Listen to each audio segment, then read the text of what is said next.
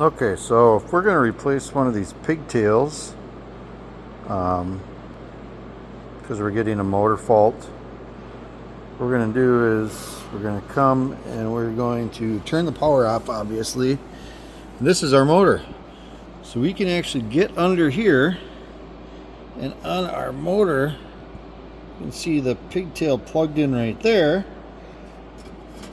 So we're going to come in here, we're going to unplug that.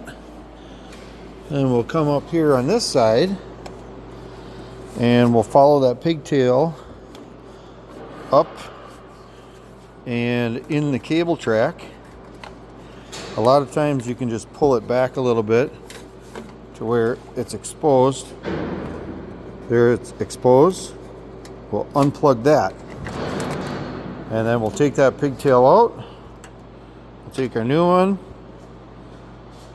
It's this side, plug it in there, come around to the motor side, and the only trick here is that you got to orient it well enough to be able to plug in, because it's 8 slots, and just push that in.